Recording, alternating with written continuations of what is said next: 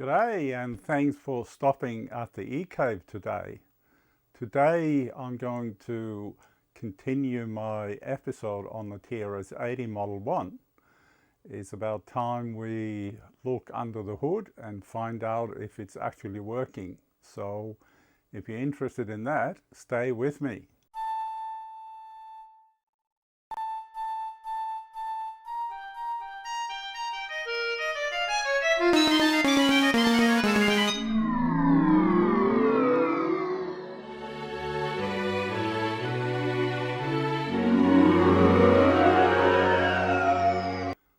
Well, thanks for staying.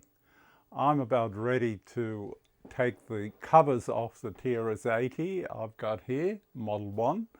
And in preparation, I've actually taken off some of the stickers. Surprisingly, it has the factory warranty sticker still on it, so I'm hoping it's a pristine unit. I took the sticker off. It also had the 16K level 2 sticker. So I've taken them both off so because I didn't want to damage them. The other thing I've done is, as is quite common with these units, they're missing the port shield at the back, or the cover. So I 3D printed one, so I can show you how I did that up here.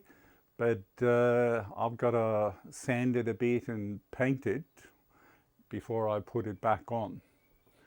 Now, as you see, I don't have the original RCA monitor. I'm just using a normal TV with composite video input. I've created a cable for that, so that should be straightforward.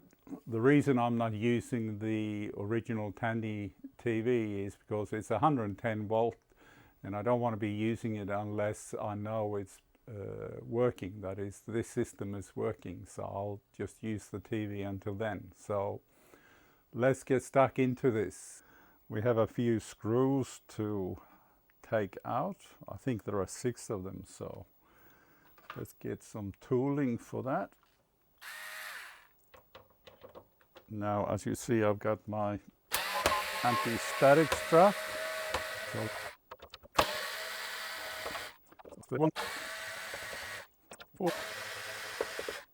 Now, I've never opened this before, so this is the first time for me.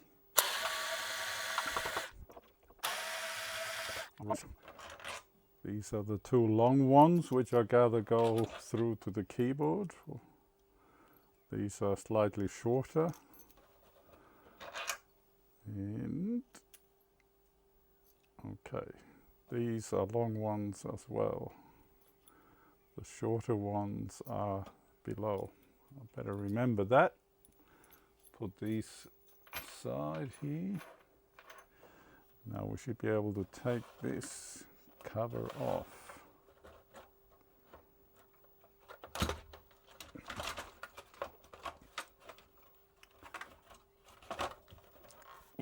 Maybe you turn it around. Yep, the keyboard cover comes off. Now, as you see, I've got this 3D printed thing here. It basically slips in here and then latches back. I've got to sand it a bit and fix it up, which won't be difficult. Doesn't look too bad. I don't see any breakages inside this. Let me see, there's a date code here. July 1980 is that? It's hard to tell. Looks like July 1980. Put that aside. So, there's a lot of dust in here and crud. So, let's push this. It should come out. Or do we need to? Ah, yes. Ooh, there's a botch wire here. But these plastic things or rings need to come off. They haven't gone fully hard. They're a bit soft, which is a good thing. which means I can reuse them again. I just hope I get them all off. Oh, they're a bit stuck. So we'll need a tool for that. It's a bit hard doing this because if you twist them with your fingers, you can cut yourself on the pins on the circuit. So then we do this one. Yep, that's come off. There's one bodge wire here. Interesting. So now this should come off.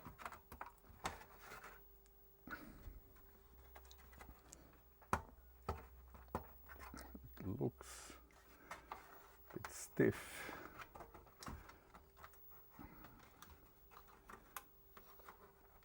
Oh. And the keyboard cable is probably not the best condition. Yeah, it doesn't look too good. Let me see, here's a date code as well. Looks like August 3rd, August 18th, 1980. Well, I'm glad the bottom plastic seems to be okay as well. So let's put it away. And see what we have here. Interesting. Well, let's turn it the right way.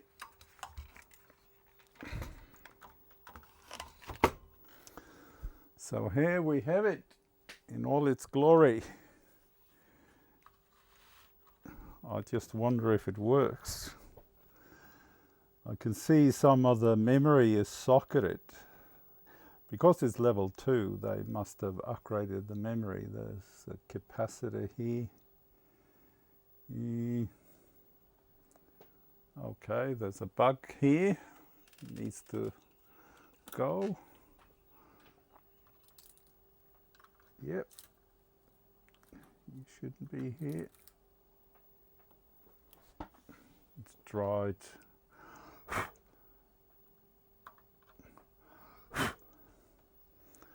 Interesting. I don't see anything untowards. The capacitors here are not leaking. I can't see any leakages here. All the others here look fine. Everything looks fine. So I just wonder if we should plug it in and see what happens. So let's try that. And I realized you couldn't see the monitor, so there we are. Bit of snow, I reckon. But I get the prompt, but there's something not right. Now, I don't know if it's the horizontal and vertical adjustments, which are these two trim pots, or whether there's some garbage and we have a faulty memory chip. I gather these symbols may indicate a faulty memory chip. So I'm just typing clear. Yes. So it's time to have a look at those. I may try to reseat them first. So I'll try that, reseat the memory chips and see if that improves anything. So let's try that. I won't bore you with the process of reseating them. I'm sure you've seen that many times. Let me stop myself just there, because I did go and reset the memory chips. I actually swapped them around as well, the top 4 versus the lower 4, And of course that didn't change anything. So what I should be doing is checking the voltages. So that's what I did next. So let's have a look at the voltages to make sure everything is fine. And one of the first things I want to do is to measure the voltages. To do that, I've found in the technical reference manual, the second edition, the power supply checks and adjustments. I'm not doing adjustments, I'll just do the checks. According to this, we're supposed to put the negative on the negative of the largest capacitor, which is this one here. So I'll do that here and get the negative here. And now let's turn it on. The first thing to measure is the 12 volt supply on the top side of power resistor R18. So R18 is this big one here, and the top side of it is this, and we get 12 volts. That's correct. It should be 12 volts plus minus 5%. The next one is the plus 5 volt supply. Measure the voltage at the left side of R4. That's a resistor which is down here. The left side is reference to the right side as it turns at me, because this is assuming it turns the other way. So the left side would be here. That's 4.98 volt, which is pretty much what it should be. It's also plus minus 5%. And then we have the minus 5 volt supply, and there's a diode here called CR2, and we're supposed to have minus 5 volt plus minus 5%. So let's check that. Yep, that is fine. So all the voltages are fine. So we have the CPU is definitely processing and delivering a prompt. As you can see, the voltages on the board are pretty good. So I'm pretty confident there's no problem with the voltages. I've also checked the ripple on the power supply in a previous video, and it was fine. What I've noticed though, when I power on, it appears to bring up the memory prompt, but then it suddenly goes corrupt and starts snowing very quickly. So I decided to try to capture that. So I took a close-up video of the power on process, and then I've slowed it down to see what's actually happening. And interestingly, you can see, as I'm showing you here, the memory size prompt appears, and it stays good for 120 milliseconds, and then it goes corrupt, and the whole screen starts scrambling and snowing. Now that tells me this is a problem with the video RAM. What also reinforces that are the zeros further down on the screen on some of the rows. I unfortunately don't have any video RAM chips, but I've ordered some replacement. But I was interested to find out as to which ones I should be replacing rather than just do a wholesale swap. So in order to do that, I got fairly stuck into the technical reference manual. In fact, I read it from start to end and took copious notes. And from that, I created a block diagram, which is a more enhanced version of the block diagram, which is in the technical reference manual. So what I'll do is I'll share that with you. And through that process, I could work out which RAM chips, video RAM chips, were causing the problem. And I'll show you how I arrived at that and what diagnosis I did to do that. So let's show you the block diagram first, and I'll point out some things which you can do if you have a similar problem. Here is the block diagram from the TRS Technical Reference Manual. What I've noted here is a fair few things are missing, so I've recreated it based on my understanding after reading the Technical Reference Manual. So let's look at that diagram. It's slightly more busy, so let me increase this a bit. It has a similar construct with the CPU on the left side and the monitor on the right hand side. These are the key processing blocks, so to speak. I won't go into in-depth on this. I just want to highlight a few things, primarily around the video RAM. But before I do that, I'll point out a few things which are useful to know if you're doing some diagnosis. First of all, if you're putting a scope or a pulse logic probe onto the address bus, and you do it at the CPU pins, and you see everything is fine, you may think everything is fine. However, the address bus is taken through a buffer. So there are a few 74LS chips which propagate the address lines, and you have to check on both sides.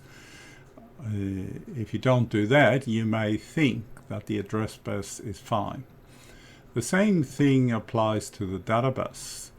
The data bus has these 8 lines. You might test them here on the CPU and think, they're all working fine. But there's also a buffer, both for driving data out and also for driving data in. So you have to check those buffers on both sides.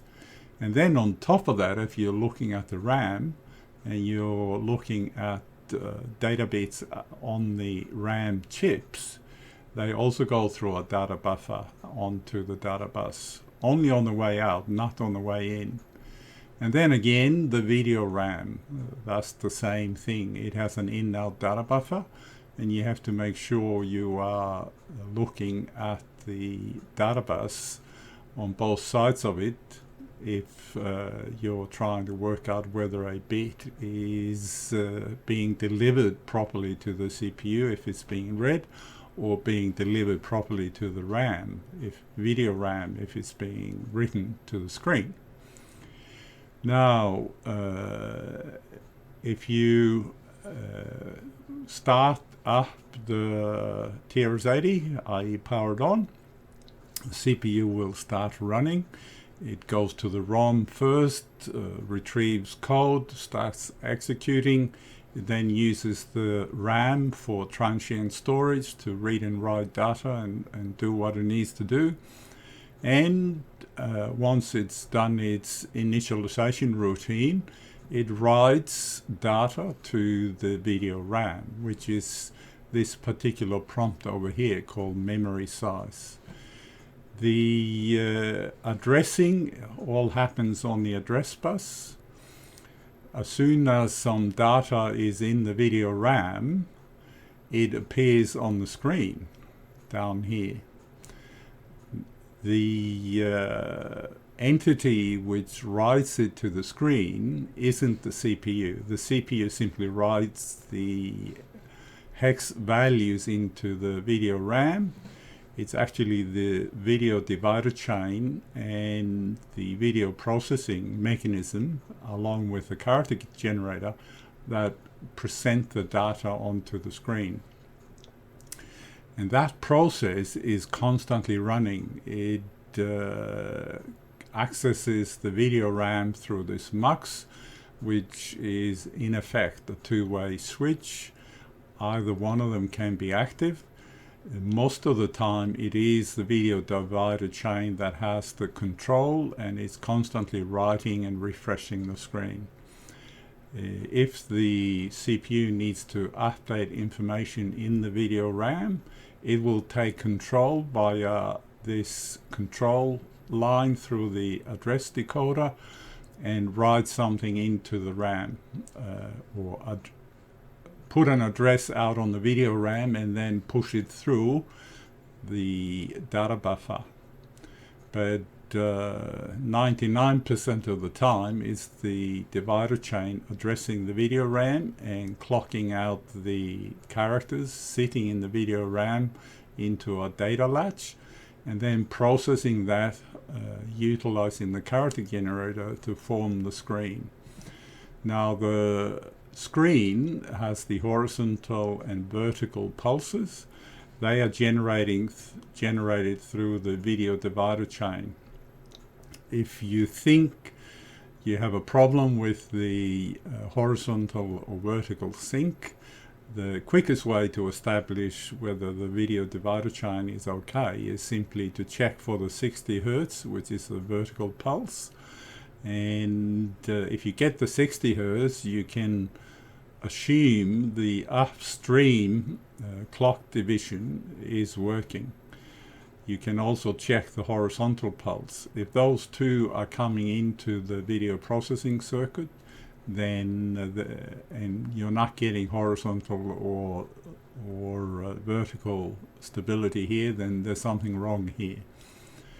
Now, the interesting bit here is that there's only ASCII data stored in the video RAM, and the ASCII character set, which the Tandy has, uses hex code 00 to 7F to represent control characters, then keyboard display characters, and then there are some, it calls it non-displayable code, but it's actually the lowercase is in here if you have a lowercase mod. On the other hand, once it comes to graphics, it uses the upper part of the character set from 128 to 199 in decimal and 80 to BF in hex. And then it has some space compression code, Charlie 0 to FF. What that means is, as long as you have character codes are displayable, understandable characters, data bit 0 and data bit 6 are being used and pumped out into the data latch. It's only data bit 7 which represents the graphic. If data bit 7 is 0, then all the characters being displayed on the screen would be normal display characters. It's only when data bit 7 goes on, then you are looking at values from 80 to BF, and that then paints graphics characters on the screen. So when I looked at the video in slow motion, I can see that the memory size prompt appears, and then it simply is faded out and turns into garbage. So my first port of call was to actually look at data bit 7. If the computer is working properly, memory size should stay on the screen until you press the enter key, and then it should give you the traditional response and the prompt. It does that, so it's all working. It's reading, scanning the keyboard, but all the characters are garbled. So I was curious to see whether the D7 or the 7th bit would what it was doing. If you look at the schematic diagram, which is here, these are the video RAMs, bit 0, bit 1, bit 2, and so on. and then you have bit 7. Now bit 7 comes through a 742 Z42, sorry, which is a 74LS04, simply a driver chip or a buffer chip. And you can see if data bit 0 is low on the input, it should be high on the output. If it's high on the output, it's low. High on the input, it's low on the output. It goes into this graphics data buffer and is then used in combination with the other bits to create the graphics characters. So if you see graphics characters on your screen that aren't supposed to be there, that's the first port of call. What is bit 7 doing? So that's what I did first. So I'll show you on the oscilloscope. I'll be probing pin 13 on Z42, and then I'll probe pin 12, and I'll show you what I saw. Well, here is the board, and I'll power it up. And as you can see, we get the mem size prompt, and then it turns into snow. And I suspect bit 7 has something to do with this.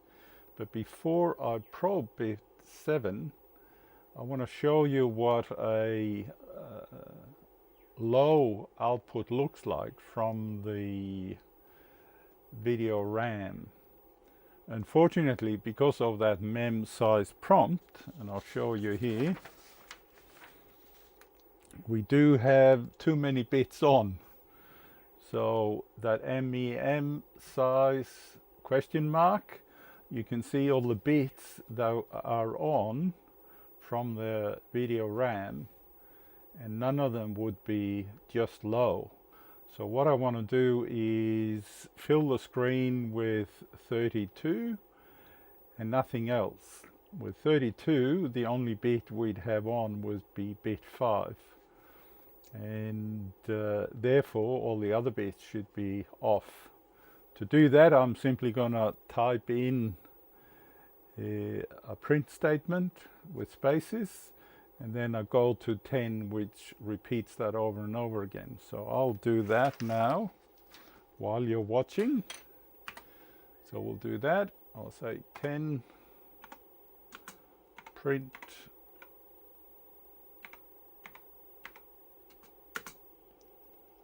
shift, and then I'll just do some blank spaces.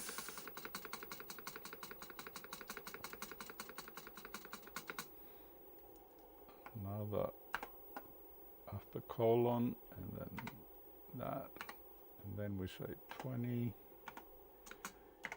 go to 10, and then we say run. Yep, now we have the screen full of spaces.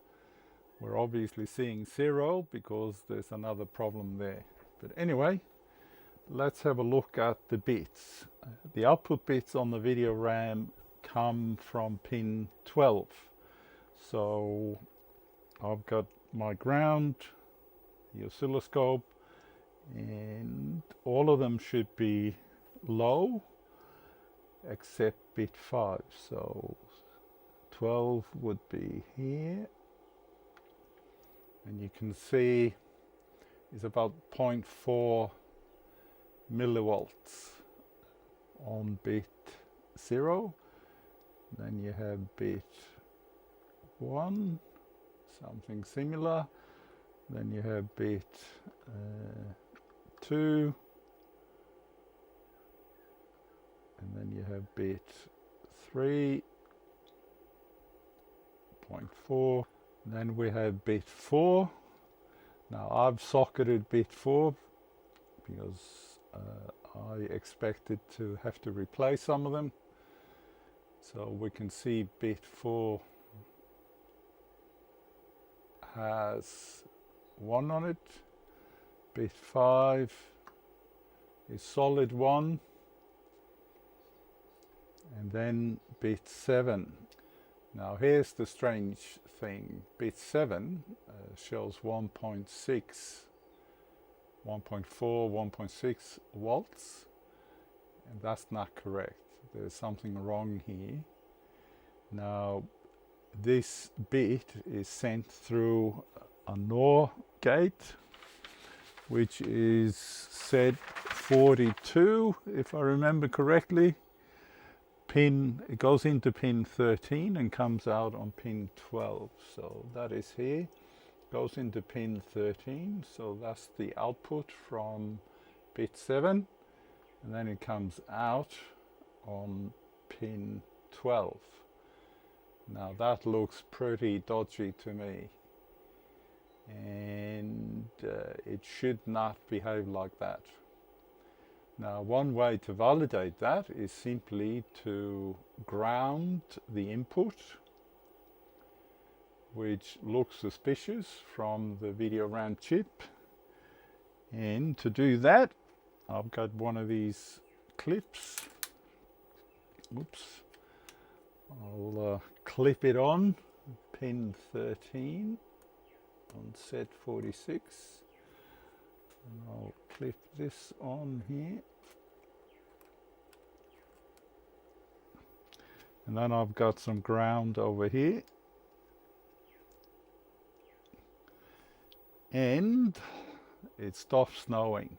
And now if I break this loop and say clear, enter, we have a clean screen except for the zeros, which in fact is bit 4. You could see when I was probing before, bit 4 here.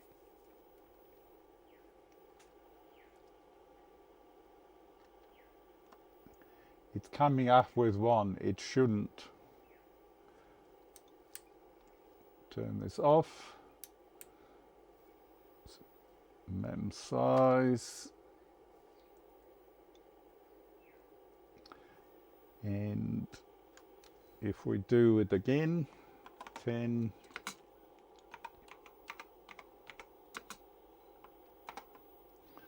lots of spaces. I tend to forget there's no repeat.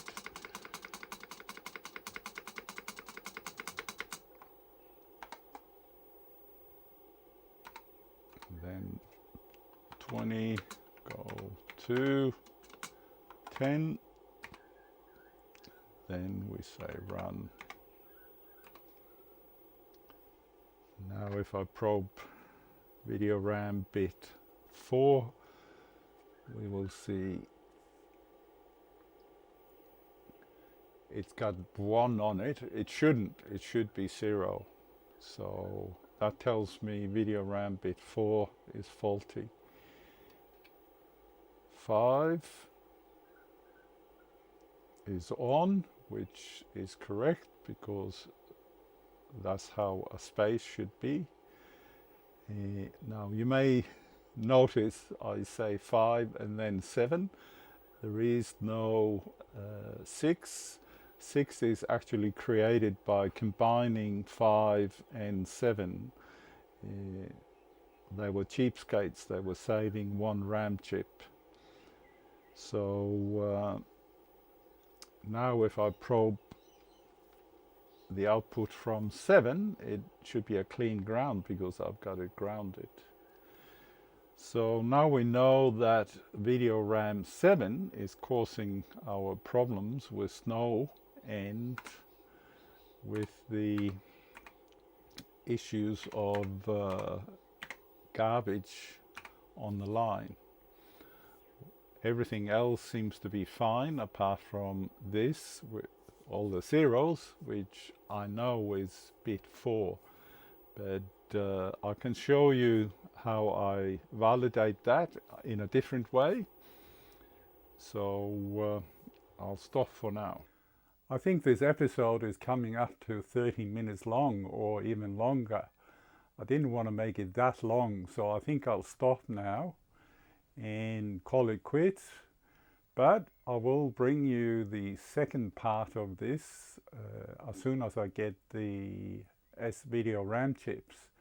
I'm expecting them in the next 2 to 3 weeks. So hopefully when I get them, I'll continue. I'll show you some alternate way using a logic analyzer to check the output of the video RAM and what you actually see. And hopefully if I got the new RAMs, I'll put them in and we'll see if it fixes the problem. So thanks very much for stopping by at the eCave, and look forward to seeing the continuation of this repair.